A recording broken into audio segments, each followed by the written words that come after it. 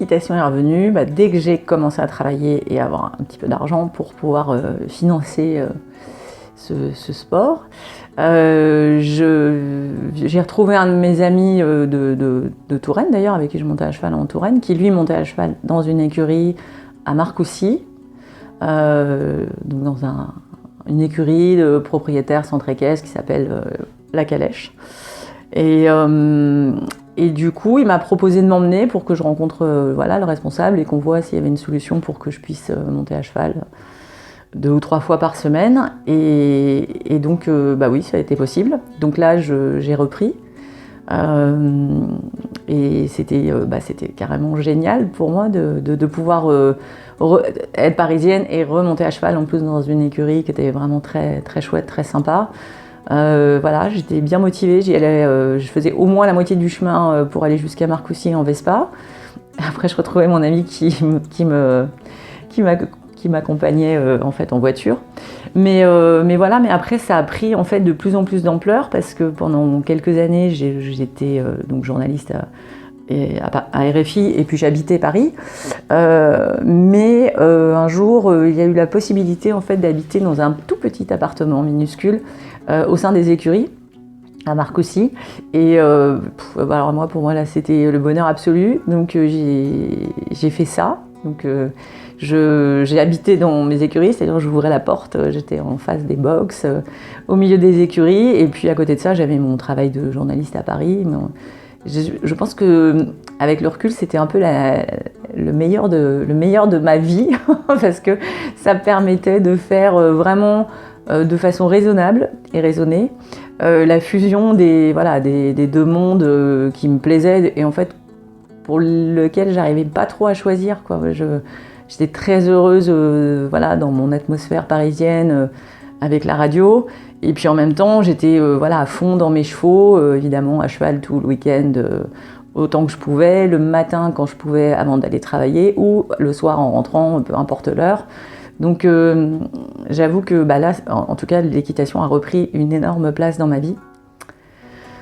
Jusqu'au moment où je me disais... Jusqu'au moment, je crois, où de temps en temps, j'étais tellement redevenue passionnée, en fait, que je me disais, oh là là, je pars en reportage, je vais au Maroc, c'est bien, mais je vais pas pouvoir aller en concours. Alors déjà, ça commençait un peu à me faire tiquer, parce que je me dis, tiens, je mets quand même un peu la priorité de temps en temps. Alors j'allais quand même travailler, évidemment, hein, mais c'était des fois, hein, entre guillemets, j'aurais préféré être dans l'univers des chevaux. Et puis aussi, je me disais, si je veux, parce qu'il y a dans toute carrière une évolution qu'on souhaite avoir, et puis je me disais, si je veux continuer d'évoluer, progresser dans ce métier de journaliste, il faudra peut-être que je monte moins à cheval et que j'en fasse moins, et que je me rende plus disponible, que je parte plus, etc. Et franchement, c'était pas le choix que j'avais envie de faire, le choix de cœur. Bon, j'avais une trentaine d'années. Et surtout, je crois que j'avais ce truc non résolu, un peu d'adolescente, hein, n'ayant pas peur des mots, où je me disais, moi j'aurais voulu travailler dans les chevaux. Alors, les gens qui m'entouraient me disaient, mais surtout ne fais pas ça,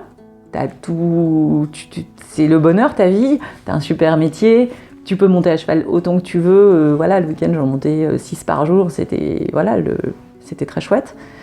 Et en plus, vraiment, encore une fois, dans un contexte équestre qui était hyper formateur et très intéressant.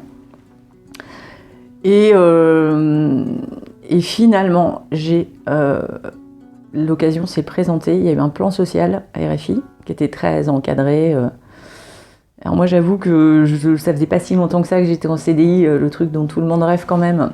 J'ai dit, là, moi, je me mets dedans. Donc franchement, même quand je le raconte, je me dis, mais...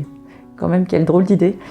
Et du coup, je me suis mise dans ce plan social avec... on avait des formations qui étaient payées, c'était vraiment structuré. Et du coup, je me suis dit, allez, c'est parti. J'avais, je sais plus, 33 ans, 32 ans. Je me suis dit, allez, je passe mon permis, mon monitorat, mon permis poids lourd, mon permis pour tracter les vents. Et puis, youpi, c'est l'aventure. Et donc j'ai carrément sauté le pas. J'ai quitté mon métier de journaliste.